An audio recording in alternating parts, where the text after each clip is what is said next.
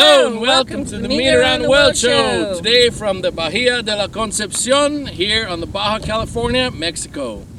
Today is our Q&A session where we'll be answering your questions. Absolutely, and eating fish tacos like promised on a quiet little beach here in Mexico.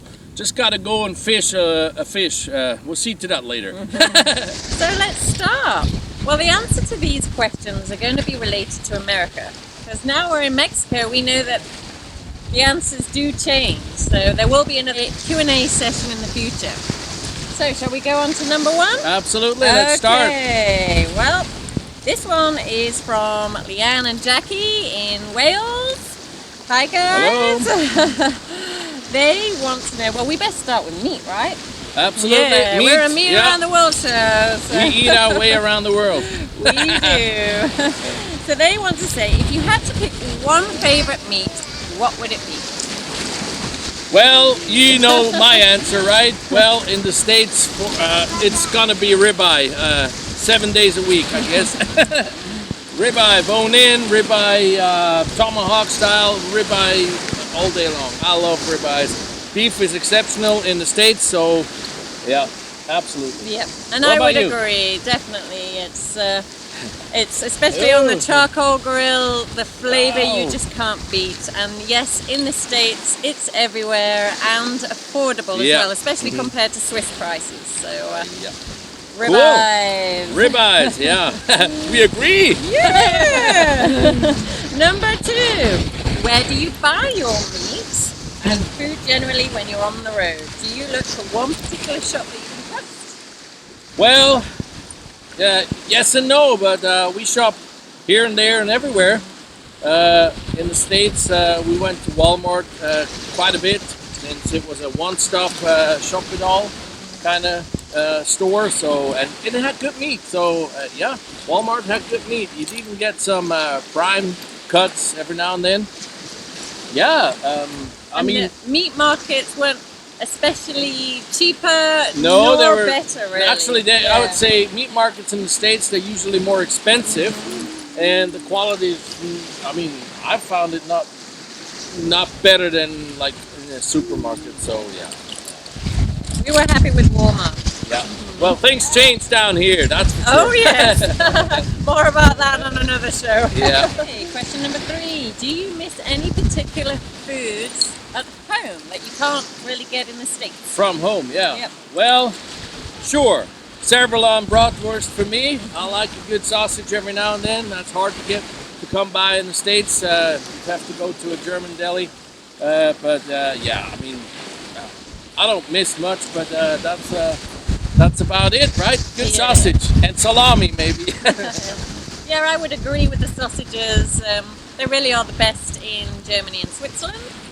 So yeah, and Italy and France maybe. So we're missing that. But as I am a sweet tooth, those in England and perhaps Australia and New Zealand will know that I miss crunchy bars. They're honeycomb covered in chocolate. You just can't get it in the States. You can go to sort of organic shops, but they're not the same. They're not like Cadbury's. So I use it for a particular dessert called Cloud, which my family know, and that would be an easy one to make in the camper because it doesn't involve an oven or anything. So yeah, I'm missing the crunchy. The good thing is I lose weight because of that. I'm not making as many desserts while we're on the road. Okay, so another question that we will link with that is there anything apart from family and friends that we miss about Switzerland or England? Yeah, I'd say family and friends. It's the only thing really, you know. Yeah, really, yeah. I mean, in Switzerland it is extremely clean, and that was one sad, unfortunate thing about some of the forests in America. You know, people just were careless and would really go and dump their trash. And we, of course, would pick up what we can and try and leave it what we can. They were better than when we arrived. Yeah, but, well, you know. Yeah. And it gets worse in Mexico. Yeah. Well, but that's about it, right? It Family really and friends. is, yeah. The rest, you know, I mean, since we're on the road, and it's like a year and a half now, I think we had about 5 days of rain. No kidding. It was like always beautiful weather, right? Everywhere we went. And if the weather was bad, we just One hit the road. afternoon of snow. in Colorado? Yeah, we had, we one pass. We had a little bit of snow, but that's it. That's enough for a year, right? Yeah, America really does have it all in terms of landscape and beauty. You can have the mountains, you can go skiing if you want, you can have palm trees and beaches. Yep.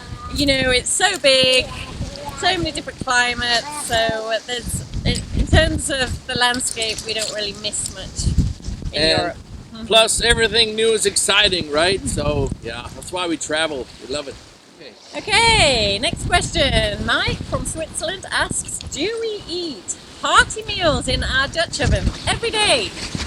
Well, the answer is no. We use our Dutch oven every now and then. If we have time, we stay at a place for a few days and have a campfire like we have today. Or film a show. We do use it, but maybe say twice a month or so. Yeah. Mostly for making breads. It's Yeah, sometimes handy. we'll make a bread, or even just recently, birthday cake. Birthday cake. Yeah. Yeah. Oh yeah, comes in handy. Yeah.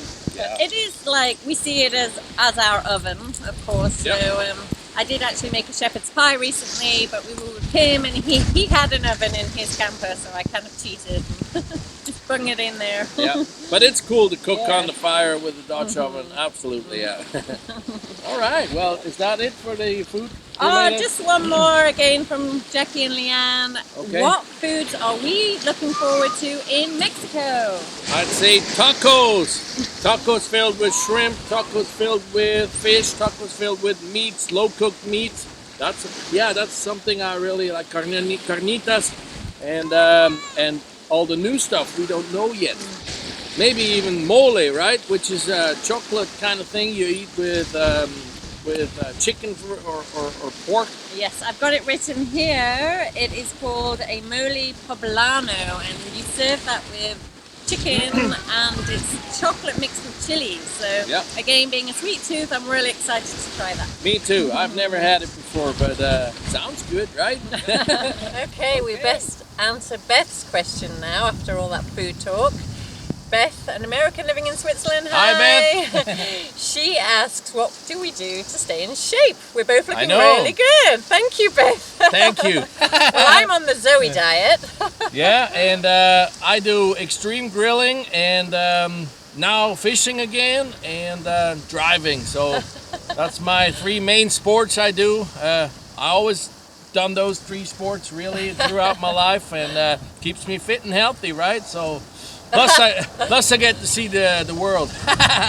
Yeah, no, seriously, when he was trying to convince me to go traveling, he was like, I'm going to lose loads of weight when I start traveling. And I was like, no, you're not. All we're going to be doing is driving and eating. And actually, he really has. Yeah, so, and we are traveling and eating. Yeah, but he's getting in and out of the camper, putting the stairs up, taking the tire pressure down when we're on those rough roads. Yeah. And it just gets it's I really move a little physical. bit more, but I guess I like it, and it's a healthy lifestyle. So, yeah, And we do eat healthy, of course. absolutely. We don't really those ribeyes.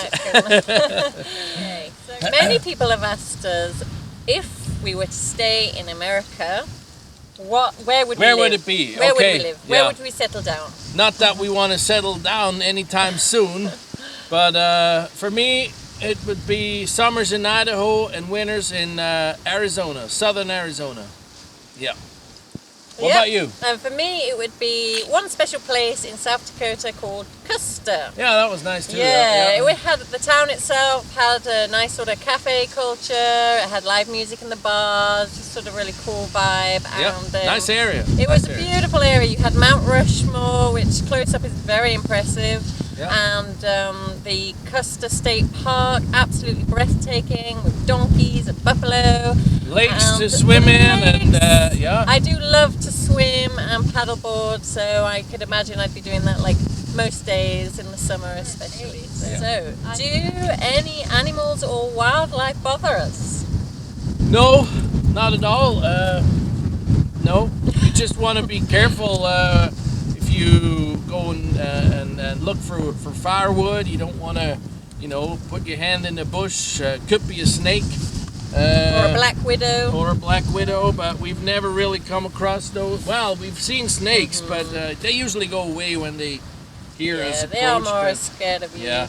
We will say though that we take care of Zoe Yeah. because in the deserts there is coyotes and little children. They could attack little children, so we always keep an eye on And we out for generally that. say don't go in the bushes on her own because of snakes. And the only animals that would bother us at night, maybe a few raccoons on our steps. And sandflies and mosquitoes. Oh, yeah, Man, they're they're a nuisance, yeah. Especially last night even.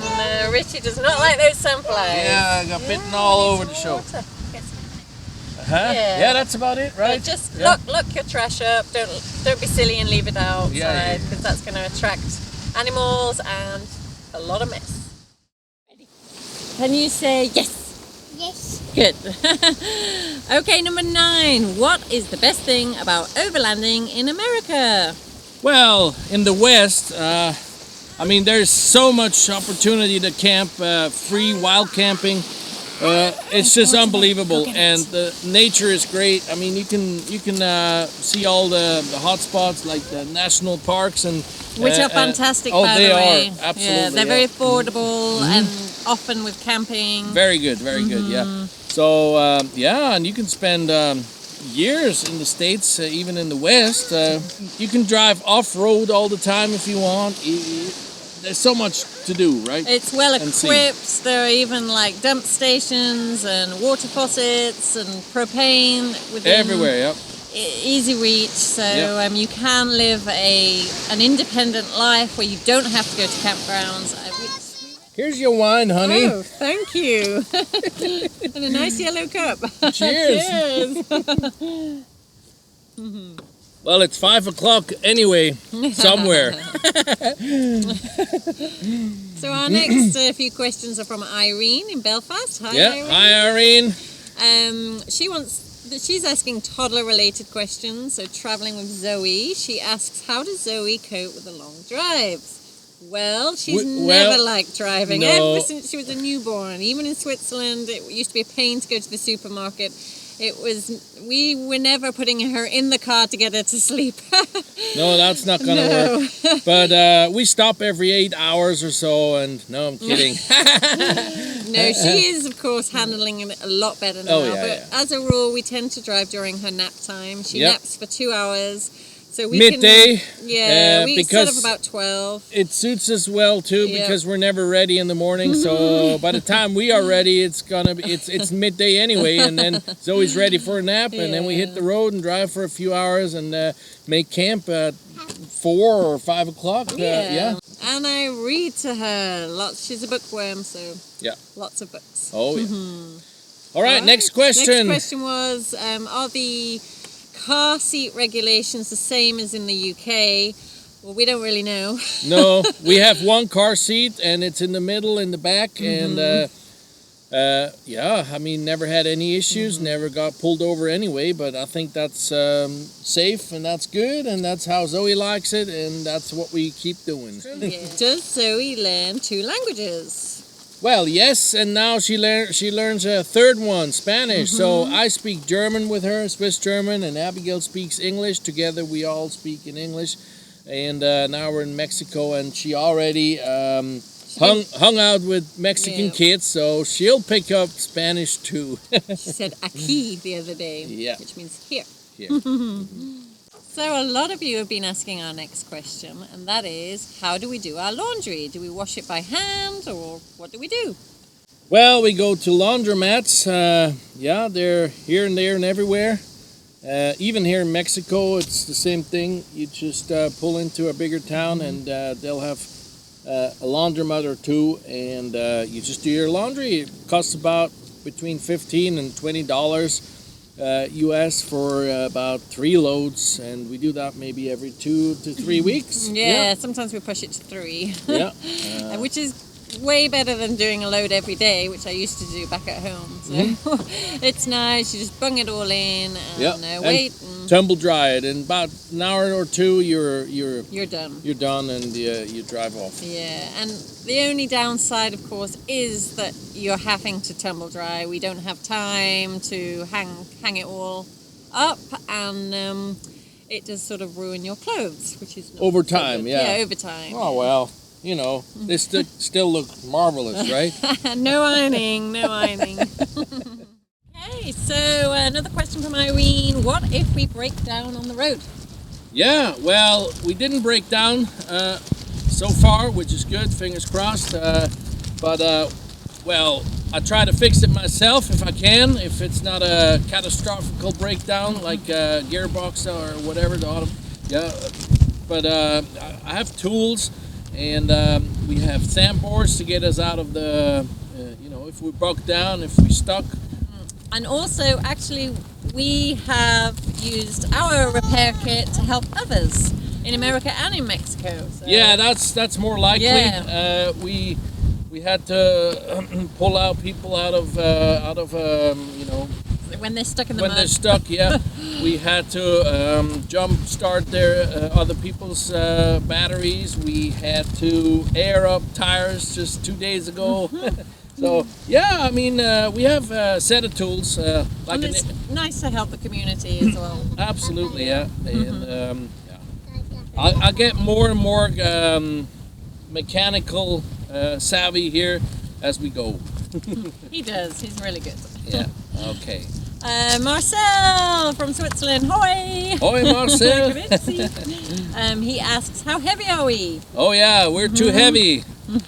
We're weight's always an issue, especially going off-road and all. But I mean, we get everywhere we want, and we do some serious off-road. I mean, it's not like we can't do it because of our weight, but we are, at the moment, with full tanks and all of us in the vehicle, we are 5.7 metric tons. That's which heavy. is 12,500 pounds. It's quite heavy. Yeah, we'd like to lower that weight, and Helmut from Germany. Hi, Helmut. Guten Tag. Hi, hello. He asks, do the American vehicles still use 6 volts instead of 12? Well, they don't. No, they don't. Because the reason why he asked that question is we showed our auxiliary batteries in a video, the camper video, and they are 6 volt, but they're like parallel, I think, so it makes 12 volts. And I mean, no, everything runs on 12 volt. And so the reason why we have 6 volt batteries in the back, 2 of them golf cart batteries, is because people told us that they're stronger and they got more power. And I don't know. I don't understand electricity so well, but that's all I can say to that. He's better than me. So our next 2 questions are safety-related questions from Beth and Mike. Yeah.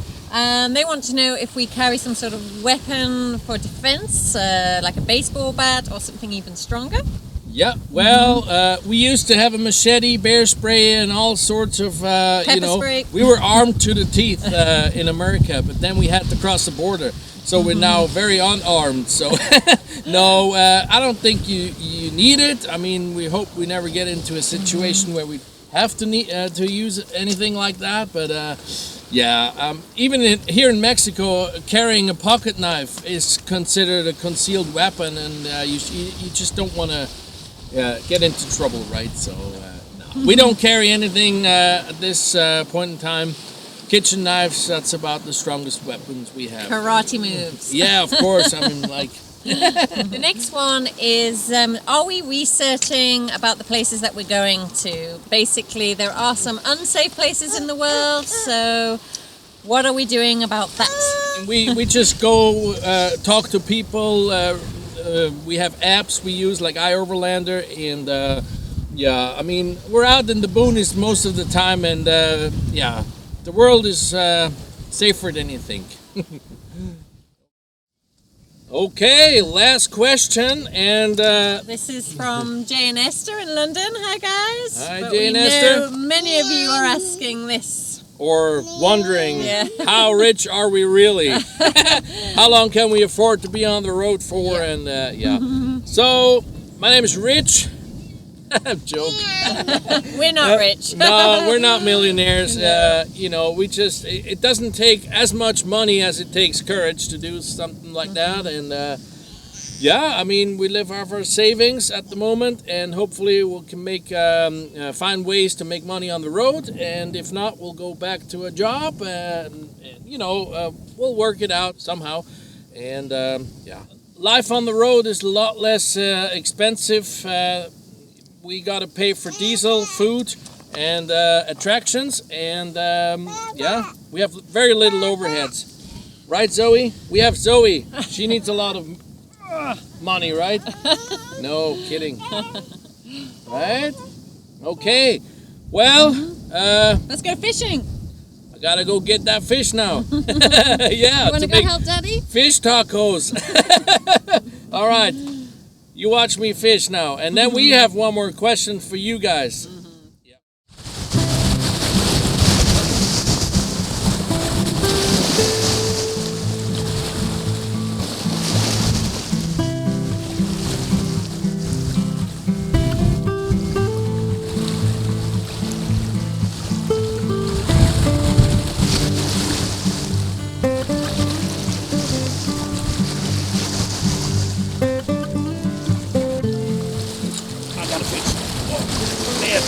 Bring it in. Oh yeah. Oh man. Oh. Fish. Fish. Whoa! What a fish! Oh, it's a Porterhouse fish. I gotta break it to you, man. Oh, I'm a very bad fisherman, but I'm a good griller. So Porterhouse it is today. We'll have fish tacos another day. Promise.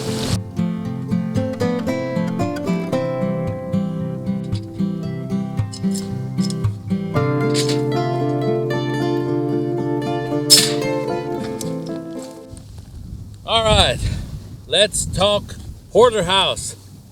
Well, a Porterhouse is actually a Porterhouse because it's got a bigger part of the fillet, the tenderloin section here. Otherwise, it would be called a T-bone steak.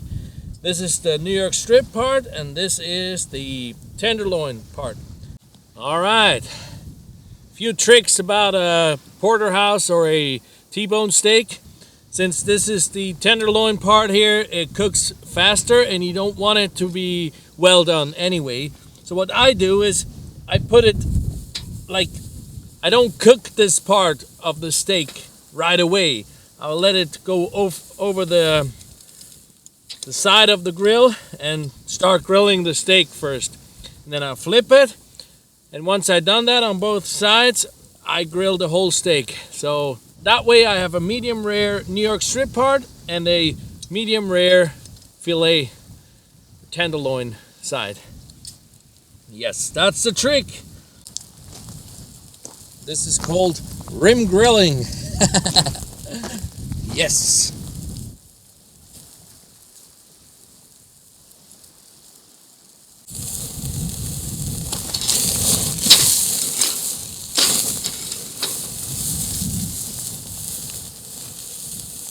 All right. It smells amazing. Mm-hmm. I don't Let's know. see. Did you tell them about our meat angels?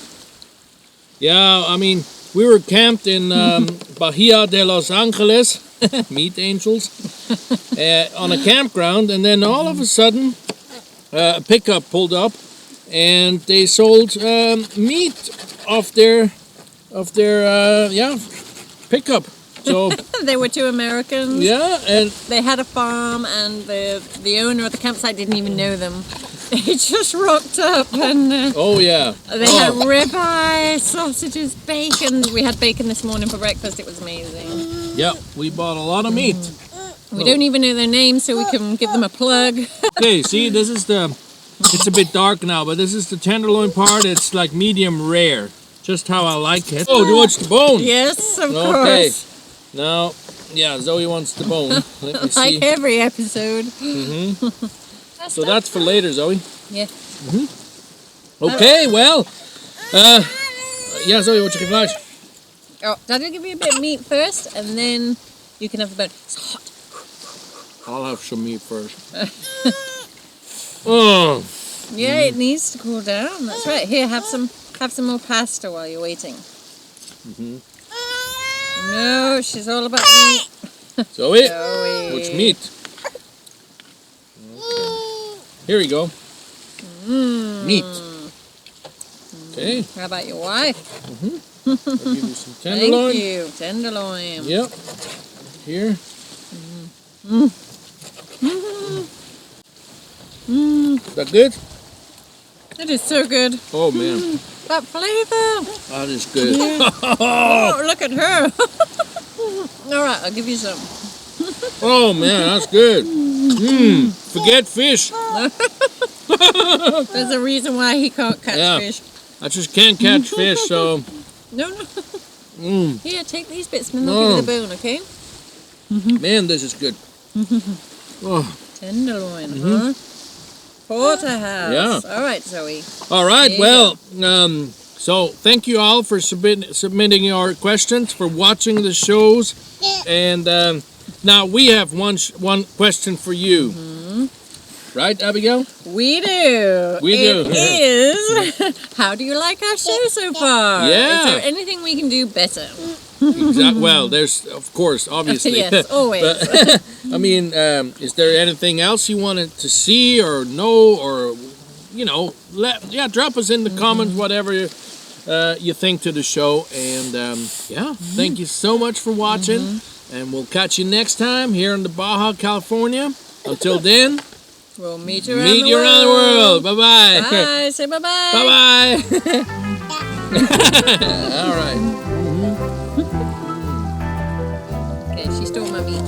She did. You want more? Yes. There you go.